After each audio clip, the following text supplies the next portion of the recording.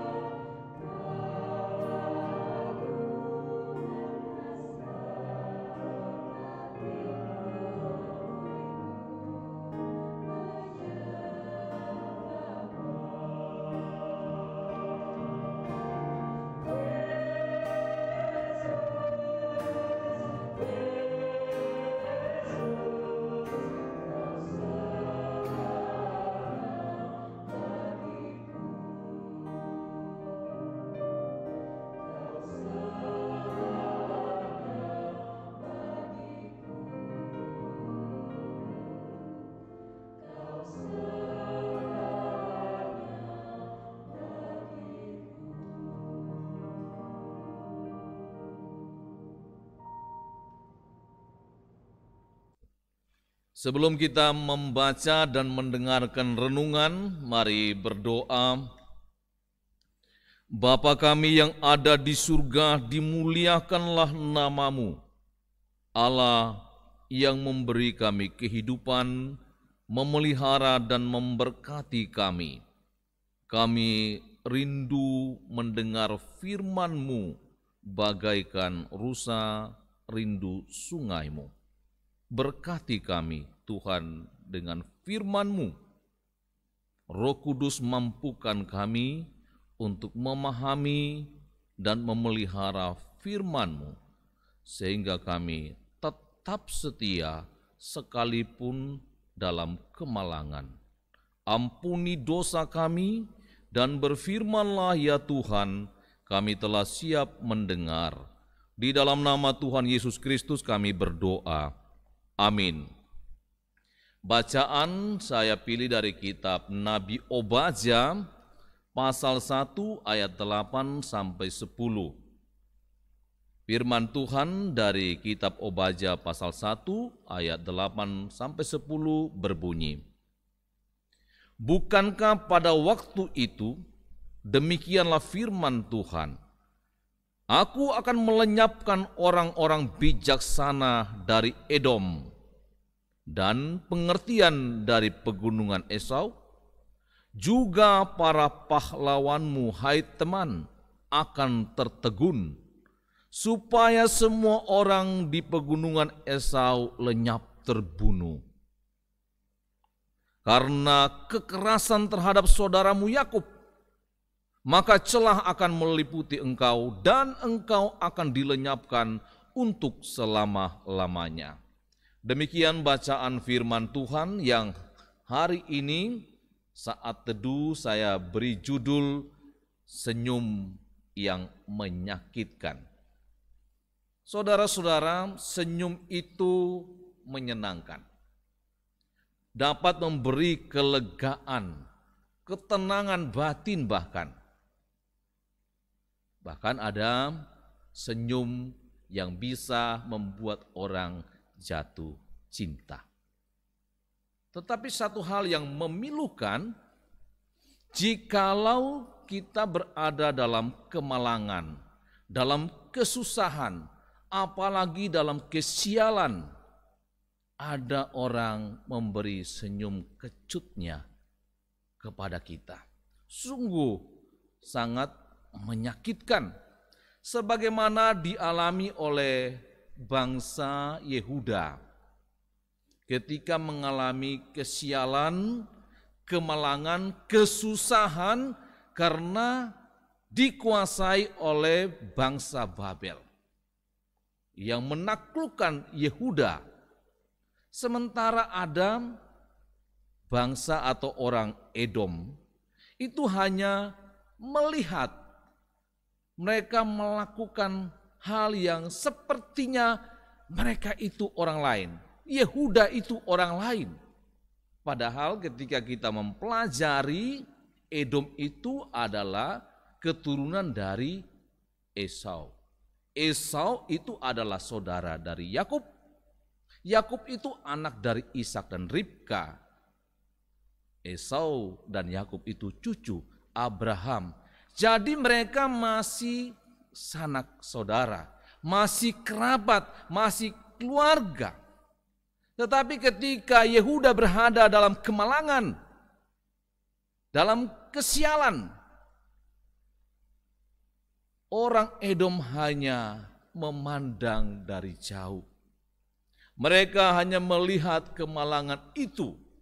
Bahkan celakanya, mereka bisa memasuki pintu gerbang Yehuda dan mengambil kekayaan-kekayaan dari orang Yehuda. Mereka memanfaatkan kemalangan, mengambil keuntungan dari kesialan yang dialami oleh saudaranya Yakub. Yehuda.